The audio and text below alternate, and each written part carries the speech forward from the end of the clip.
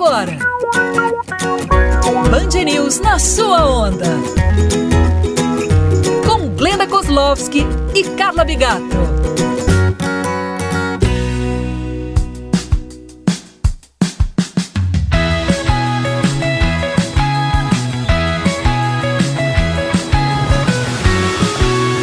Começa agora o Band News na sua onda, programa de saúde, bem-estar e lifestyle da Band News FM. Eu sou a Carla Bigato e ela, Glenda Kozlowski. Tudo bem, Glenda? Oi, Carlota, tudo bem? Que bom, porque hoje, gente, eu tô do ladinho dela, não estou falando de casa, melhor ainda. No estúdio da Band News FM, porque o tema é sério. O tema é sério. Normalmente a gente vem falando muito aqui sobre alguns temas mais leves, né? Mas hoje o tema é sério e se chama tricotilomania.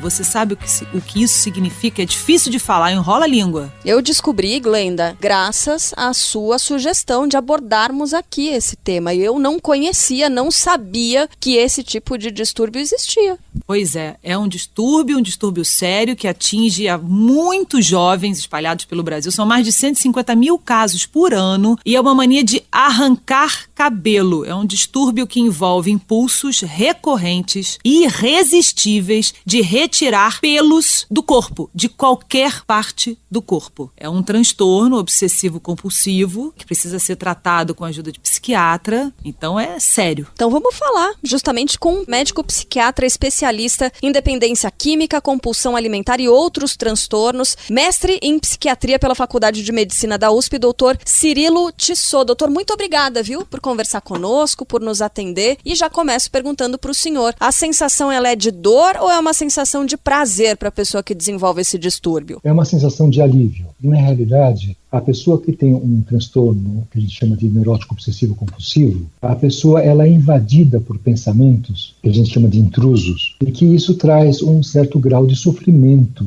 mental, né? E a impossibilidade da pessoa de poder fazer diferente. Então a pessoa ela fica muito voltada a si mesma, às suas patologias, à sua doença, esse sofrimento que ela tem. Isso traz problemas sociais, né, relacionais. Assim, a pessoa ela fica presa, né, nesse transtorno. E o que acontece é que no meio desses pensamentos que trazem muito sofrimento, em determinado momento ela percebe que tem certas atividades, certas ações que ela tem que ajudam ela a lidar com esse sofrimento mental. Então, um deles, por exemplo, a pessoa pode fazer rituais, certo? Como uma forma de amenizar esse sofrimento, esses pensamentos, uma forma de tentar ter controle sobre essa emoção que aparece, esses pensamentos que aparecem. E o outro é que ela, no caso, algumas pessoas, isso não é de todos, algumas pessoas, por exemplo, percebem que se ao arrancar cabelo, arrancar pelos, arrancar a barba, nesse sentido, isso traz um certo alívio, né? Apesar de ter dor, é como se ela estivesse focando todo o sofrimento mental que não tem um lugar específico em nós, é como se ela estivesse focando num determinado lugar e é como se ela pudesse ali exercitar controle sobre aquilo, né? Então é como se é realmente um alívio. Existe a dor, mas é uma dor menor do que a dor mental que ela estava sentindo até então. O alívio é tão grande, né, que ele vence a dor, né? Na realidade tem a dor, mas é como se a pessoa tivesse tendo alívio de sentir que está fazendo alguma coisa e que aquilo aliviou um pouco. Mas, logicamente, existe a dor. Agora, a dor mental ela é muito maior do que qualquer outra coisa. Por isso que tem as pessoas que se cortam, né? A dor da corte é menor do que a dor mental, né? Eu acho que todos nós, para a gente ter uma vida boa, a gente precisa de dois ingredientes importantíssimos. Um é o sentimento de segurança e outro é o nosso sentimento de liberdade. Se a gente não se sente seguro, se a gente não se sente livre, a nossa vida não é boa. Então, veja, hoje em dia nós estamos vivendo uma situação onde, principalmente da frente à pandemia, etc., quer dizer, a gente precisa, em algum momento a gente precisa ficar seguro, então a gente se coloca em casa, se isola, né, tem a tendência de ficar perto da família, etc. Em outro canto, a gente perde em liberdade, né? Então as pessoas então que valorizam mais a liberdade, poxa, eu estou preso, etc. Então assim, a gente está vivendo um momento de estresse. A forma como a gente lida com o estresse, quando qualquer uma dessas duas situações estão sendo ameaçadas, seja na segurança ou seja na liberdade, faz com que a gente, de alguma forma, tenha que enfrentar essa questão emocional. A gente tem que ter defesas emocionais para lidar com esse estresse, com esses conflitos. A forma como a gente lida com o estresse e essas defesas que a gente utiliza é que determina os diversos transtornos. Então, por exemplo, se eu estou extremamente estressado, se eu começar a ter rituais, tá certo? Cada vez ficar mais meticuloso nas minhas tarefas diárias, etc. Quer dizer, eu estou indo caminhando para assim, uma obsessividade que em determinado momento a gente começa a ter atitudes compulsivas. Então a gente tirou o pelo, né, arrancou o cabelo, isso aliviou, mas isso não satisfaz. Essa é a origem da compulsão, isso não satisfaz. Quanto mais eu faço, não é? Eu até sinto alívio ali, naquele momento eu me sinto melhor, mas não tem um ponto de parada. Eu estou sempre querendo fazer mais. A compulsão é isso, é a impossibilidade da gente ser feliz ou da gente se satisfazer. A gente até se excita com algo, até a gente gosta de estar fazendo aquilo, mas a gente não tem um limite. Geralmente o limite é dado pelo externo. Então essa é a diferença da compulsão por drogas, por prazer e a do obsessivo. O que você falou de roer a unha tem a ver com ansiedade. Né? É um outro processo. É um outro processo. Não, mas é bom porque às vezes a gente coloca tudo na mesma casinha e cada casinha, cada um no seu quadrado, cada um na sua casinha, porque cada um tem um mecanismo de tratamento, eu imagino. Claro, cada um tem propostas diferentes, prognósticos diferentes, mas todos têm algo em comum, porque qualquer uma dessas situações, o grande problema é o desequilíbrio, é a gente sentir que a gente não está mais no controle da gente mesmo, porque a gente quer fazer algo, né, a gente se propõe a fazer algo e de repente a gente está fazendo uma outra coisa que a gente não estava se propondo. Então, assim, esse é o ponto, a gente tem que ter o equilíbrio da gente. Né? E não tem nada mais infeliz do que a gente perder o controle sobre nós mesmos. É verdade. Esse tipo de transtorno, doutor, ele normalmente vem associado com algum outro ou ele aparece sozinho? Veja, hoje em dia está muito desenvolvido uma questão que é a seguinte, que é a questão genética. Hoje em dia nós sabemos que assim, de 40% a 60% de responsabilidade pelos transtornos mentais são de características genéticas com uma predisposição, tá certo? Nossa, é alto esse número, hein? É extremamente alto e ele é poderoso nesse sentido, porque na realidade ele não determina, mas ele dá uma predisposição, que se você começa a viver uma série de situações relacionais, de contexto, a forma como você foi criado, né, as tuas vivências, como é que você lida com a tua identidade, né, tudo é um coquetel de coisas que faz com que a manifestação do gene ele se manifeste ou não. Né? Então, geralmente, por exemplo, quando a gente fala, se você vive uma situação, se a pessoa tem um gene, por exemplo, uma questão obsessiva compulsiva, né? Se ela vive todo um contexto onde de regras muito rígidas, ou o contrário disso, uma desorganização total, esse é um contexto que faz com que o gene da pessoa se manifeste, tá certo? Quer dizer, ela tem, porque assim, a obsessão pela compulsão do sentido obsessivo, ele é uma censura muito grande que a pessoa tem sobre si mesma. Usando um termo psicanalítico, que é o superego, quer dizer, a pessoa tem uma censura, um superego extremamente forte, sádico, né, que fica lá não deixando a pessoa fazer nada, tá tudo errado, e a pessoa é invadida por isso. Se maltratando mesmo, né? Se maltratando e a pessoa não consegue controlar isso, então ela começa a querer se distrair. Ela ganha alívio quando ela consegue fazer alguma coisa que a distraia. Então, por exemplo, eu tenho paciente, por exemplo, que fica socando, né, ou arrancando o cabelo, porque é uma forma de trocar o canal, né, dele se distrair, dele parar de pensar. É o descanso dele. Cada descoberta que a gente faz aqui no Band News Na Sua Onda, a gente vai fazer um intervalo bem curtinho e já tem mais sobre a tricotilomania, que é a mania de puxar e arrancar os cabelos. Até mais!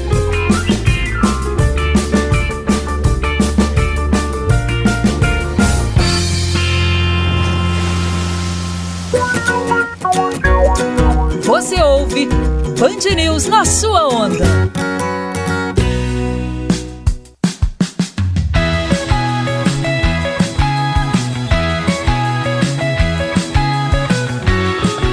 Segundo bloco do Band News Na Sua Onda, programa de saúde, bem-estar, lifestyle da Band News FM. Nesta semana, com um tema muito sério, é um transtorno chamado tricotilomania, Glenda Kozlovski. Pois é, Carla Bigato, tricotilomania é o transtorno obsessivo compulsivo de arrancar pelos de qualquer parte do corpo, inclusive cílios. Tem pessoas que arrancam os cílios. E a gente está conversando com um médico psiquiatra especialista em dependência química, compulsão alimentar, outros transtornos, também é terapeuta familiar, o doutor Cirilo Tissot. Agora, doutor Cirilo, eu tenho uma curiosidade. Quem passa pelo tratamento do transtorno obsessivo compulsivo, no caso da tricotilomania, pode ter uma recaída depois de ser curado? Não sei se a palavra curada é a certa, é a melhor, mas pode ter uma recaída? Claro, não existe cura nesse sentido. O que existe é uma reabilitação. O que é a reabilitação? Nós temos que cuidar dessa pessoa para que ela consiga Nós temos que oferecer um contexto saudável para ela, ajuda, para que ela se sinta mais segura.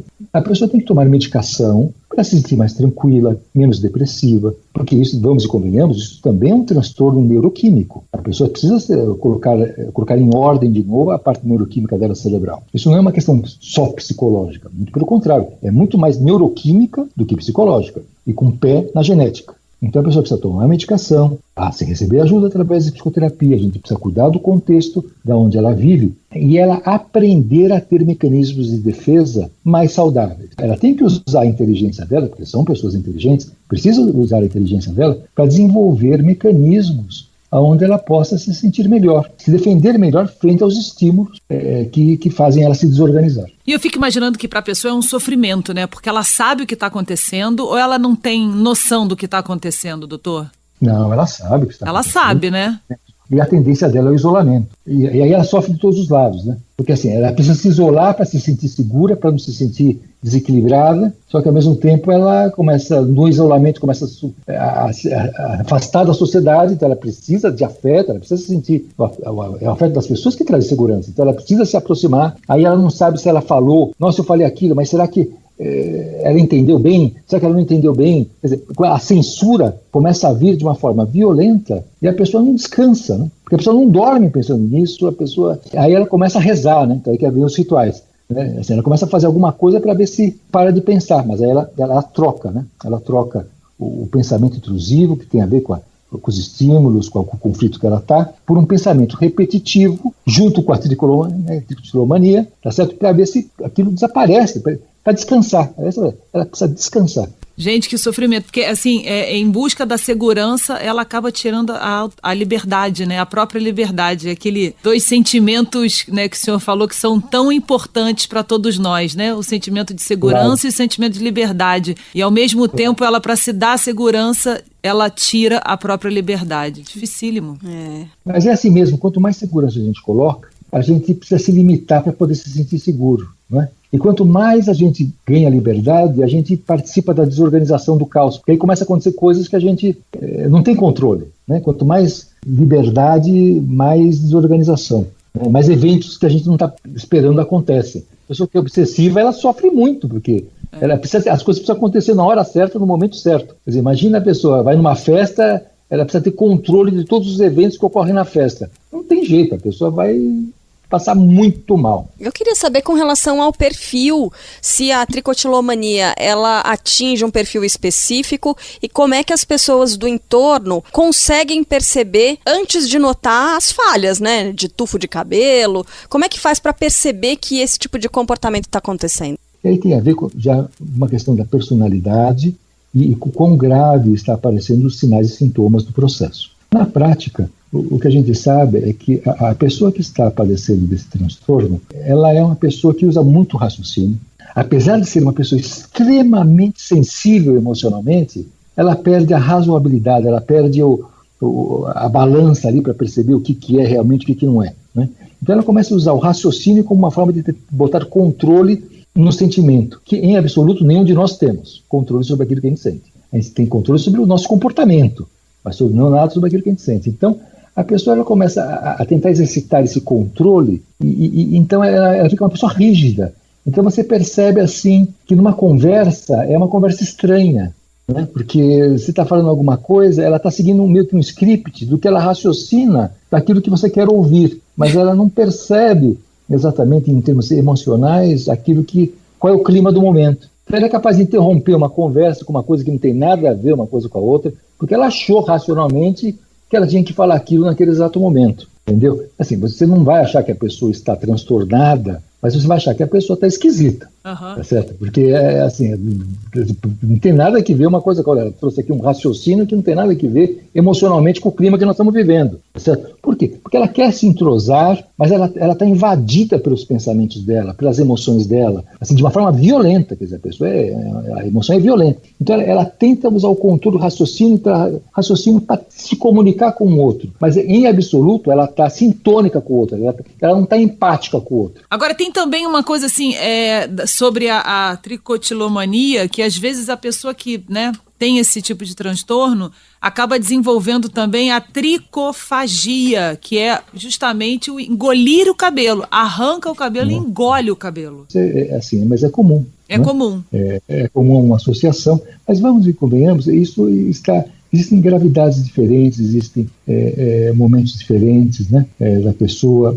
O ponto é que essa é uma situação que chama muita atenção pela bizarrice, né? Porque é algo assim que... e na realidade, assim, nós temos muitas pessoas que estão no mesmo grau de gravidade, tá certo, em termos da obsessividade ou da compulsão, que não tem esse sintoma. Mas a gravidade é a mesma, tá certo? É que a gente se choca com essa pessoa porque é muito estranha, é muito esquisito, né?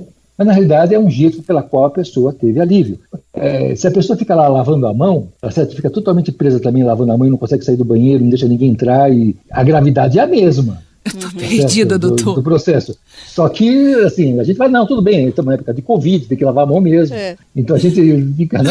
O meu problema nem é lavar a mão, meu problema é a toalhinha. Eu não suporto pia molhada, aí eu seco a pia. Eu uso a pia e seco. Parece, tô dizendo. Cada um com o seu transtorno. Todos nós temos essa característica, tá certo? Assim, todos nós somos humanos. Então, aonde a gente vai adoecer está diretamente ligado com a genética e com tendências que nós temos. E nós não temos uma tendência só, nós temos tendência para muitas coisas. Agora, ter um sinal, uma característica, não significa que a gente esteja transtornado. O problema é o seguinte, o problema é assim, o teu filho tá passando mal, tá de fome, etc, e você fala, não, eu só vou parar quando eu secar essa pia, entendeu? Assim, quase isso. Não, mentira, calma. Não. Eu falei quase isso, não, calma. Não é porque eu sou aqui, sempre falo tudo que acontece, a Carla é mais discreta, eu não, eu falo mesmo o que acontece. Não, mas isso é uma coisa ótima, porque isso chama-se intimidade. Você fala as coisas extremamente íntimas com a percepção que a gente vai usar isso para o bem. Né? Para ficar mais próximo, mais amigos, mais transparentes. Eu acho isso ótimo. Então, que bom, tá vendo, Carlota? Tá vendo? Abre seu coração, Carlota. Eu tenho vontade de arrancar fio branco da minha cabeça, viu, doutor? Os meus cabelos brancos aqui, ó, eles estão perigando.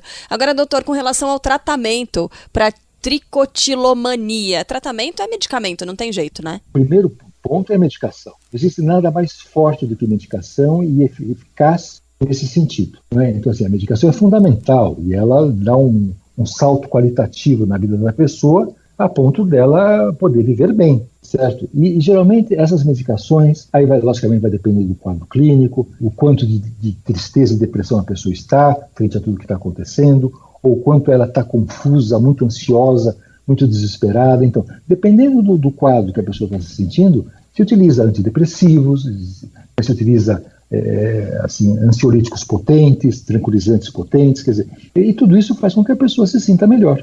Melhorou? Aí dá para conversar, dá para fazer terapia, dá para fazer um monte de outras coisas. Primeiro, medicação. Medicação, terapia de família, terapia individual, precisa muita ajuda. A pessoa precisa receber muita ajuda de todos os lados. Bom, em casos extremos, né, a pessoa precisa até passar por um transplante capilar e a gente vai falar daqui a pouquinho com um especialista a esse respeito também. Mas antes, deixa eu agradecer demais aqui a participação do Dr. Cirilo Tissot, que é médico, psiquiatra, especialista em dependência química, compulsão alimentar, outros transtornos e também é terapeuta familiar. Doutor, muito obrigada pela participação aqui no Band News na Sua Onda. Prazer é todo nosso, doutor.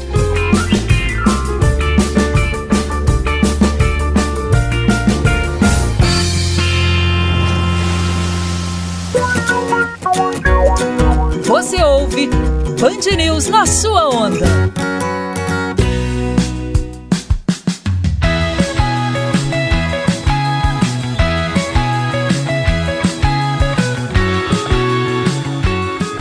Estamos de volta com o Band News na sua onda, o programa de saúde, bem-estar, lifestyle da Band News FM. Você já sabe, eu sou a Carla Bigato, Glenda Kozlovski está por aqui. Já decorou, Glenda, como é que fala? O nosso tema de hoje é tricô. É complicado. Estamos aqui de volta para falar, né? Estamos falando sobre tricotilomania. Tem que falar até devagar porque esse é um enrola-língua. Exatamente. Né? Mas é um assunto tão sério e que acontece com muitos adolescentes pelo país e é bom a gente falar sobre isso. Isso, a gente falou há pouco, né, sobre transtornos em geral. Agora a gente vai conversar com um especialista, é um cirurgião capilar, o Dr. Tiago Bianco, que vai falar mais pra gente, trazer mais detalhes a respeito desse distúrbio. Doutor, qual é a frequência com que o senhor recebe pacientes, né, com esse tipo de transtorno, esse tipo de distúrbio? Obrigada por participar, viu, do Band News na sua onda. E eu que agradeço, meninas, muito obrigado pela oportunidade, tá? Então, assim, Carla, não é muito frequente, tá? Pelo menos não é uma coisa que a gente costuma receber toda semana, por exemplo. Porém, são casos que normalmente trazem um grande prejuízo, né? Não só durante o problema, né, mas também trazem sequelas futuras, né, como, por exemplo, a calvície naquela região, né, Agora, doutor Tiago, uma coisa que eu ia perguntar, geralmente as pessoas que enfrentam isso, né, que têm essa mania, porque é uma mania, viu, gente, não é uma doença, é uma mania. Geralmente elas chegam e já abrem, né, já falam que sofrem disso, que estão passando por isso, ou normalmente elas chegam meio disfarçando esse problema e aí diz que o cabelo está caindo mesmo, que querem tratar daquele problema X, a queda de cabelo, ou elas revelam logo que elas enfrentam essa mania? Então, Glenda, normalmente, para a família ou para os amigos, eles tentam esconder, tá? Então, acabam arrancando fios de uma região que você não perceba muito, mas chega uma hora que já tirou tanto que começa a ficar visível, tá? Porém, no consultório, tá? Normalmente se abrem, porque sabem também que caso não o comuniquem, né, a gente não tem como ajudar. Mas tem vários episódios, tá? Que você realmente não pergunta, a pessoa não fala, na hora que a gente bota no microscópio e vê que estão todos quebrados, né? Todos estilhaçados, aí você fala, você tem mania de arrancar, de vez em quando. Aí você sabe que não é de vez em quando, conversa um pouquinho mais e percebe realmente é uma coisa crônica que já vem vindo, tá? E trazendo algumas sequelas, né? Como regiões aí sem nada de fio, né? Porque uma hora que você retira, danifica o bulbo e chega uma hora que não nasce mais, né? Então a pessoa busca por esse motivo. Não para tratar a compulsão, né? Porque isso é um problema psiquiátrico, mas para tratar a sequela, né, que é o quê? Áreas de calvície. Por exemplo, por quanto tempo a pessoa tirando o cabelo, arrancando o cabelo daquele lugar, em quanto tempo a pessoa pode ficar com a calvície mesmo? Normalmente são repetições bem constantes, né, e levam alguns anos, né, como acontece na sobrancelha, né, que as mulheres retiram, a gente chama de overplucking, e chega uma hora que não nasce mais, tá, fica aquele local sem fios definitivamente. Então depende muito do trauma, né, mas é um trauma repetido que normalmente aparece em alguns anos, não dá pra gente precisar, cada pessoa aparece de uma forma, mas normalmente são anos aí de compulsão até chegar num processo definitivo de queda, de calvície. Doutor, o senhor estava falando sobre esses danos ao bulbo capilar, né? Em quanto tempo é possível recuperar isso e se é possível de fato recuperar, né? Então, Carla, teoricamente, do ponto de vista técnico, é muito fácil a gente fazer o transplante capilar e colocar fios naquela região. Porém, se o paciente não tiver tratado, você vai acabar tendo problemas, porque ele vai arrancar tudo que você transplantou e vai arrancar novas regiões. Então, eu tenho um protocolo próprio aqui, que eu realmente só faço o transplante. Eu só faço o transplante em pacientes que já estão com tratamento psiquiátrico e de alta há pelo menos 2 anos, tá? Nossa! E normalmente, assim, você tem contato com esses psiquiatras?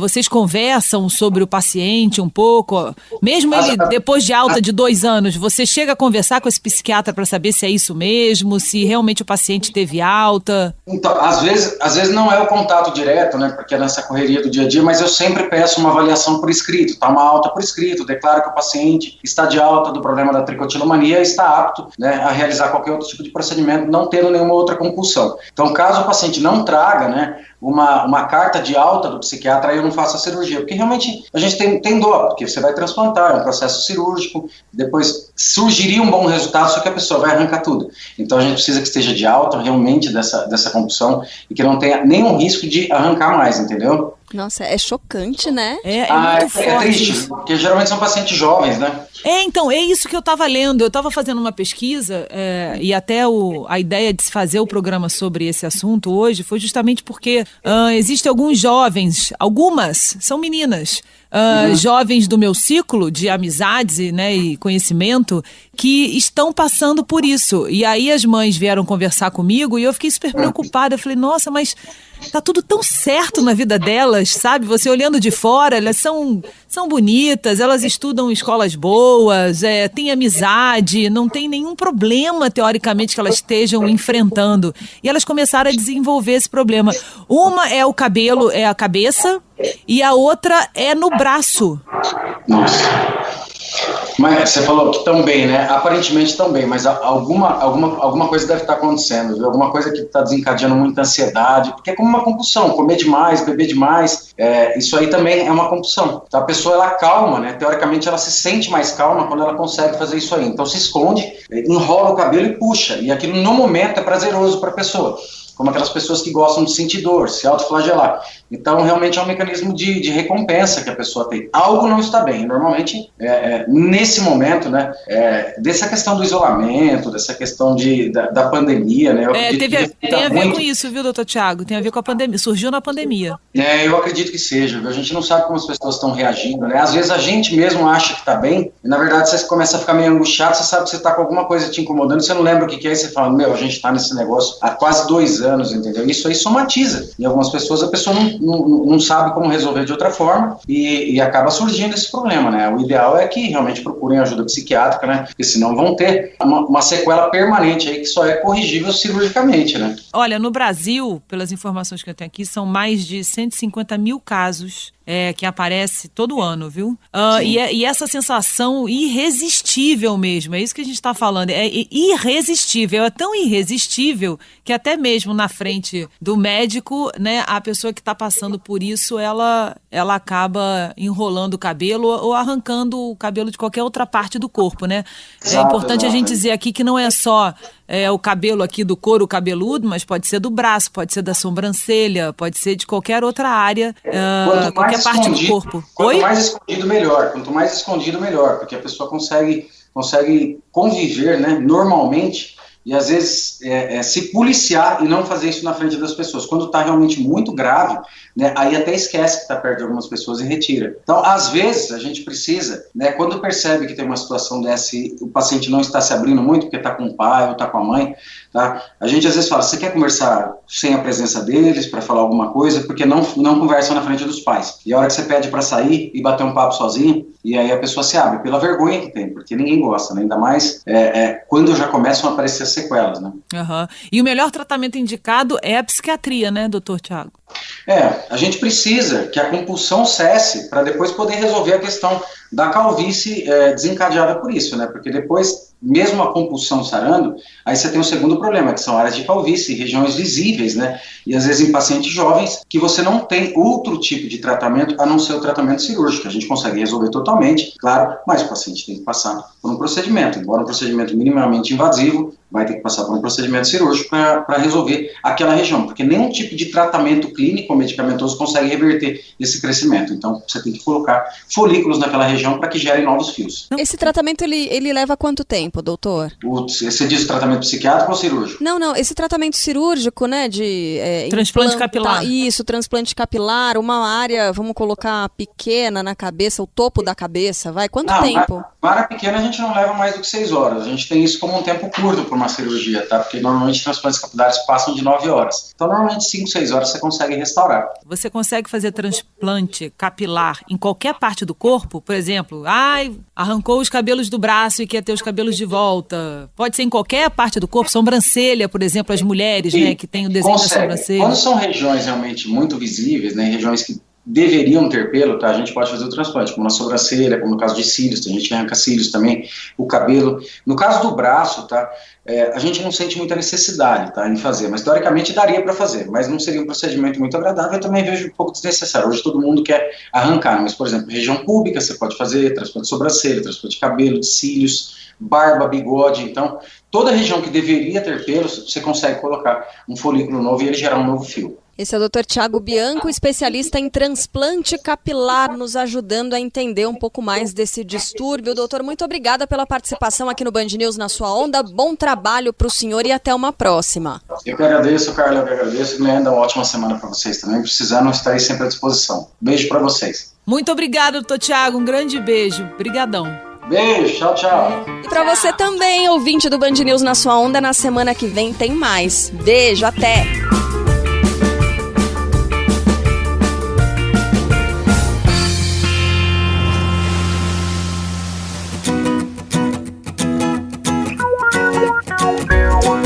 Você ouviu Band News Na Sua Onda.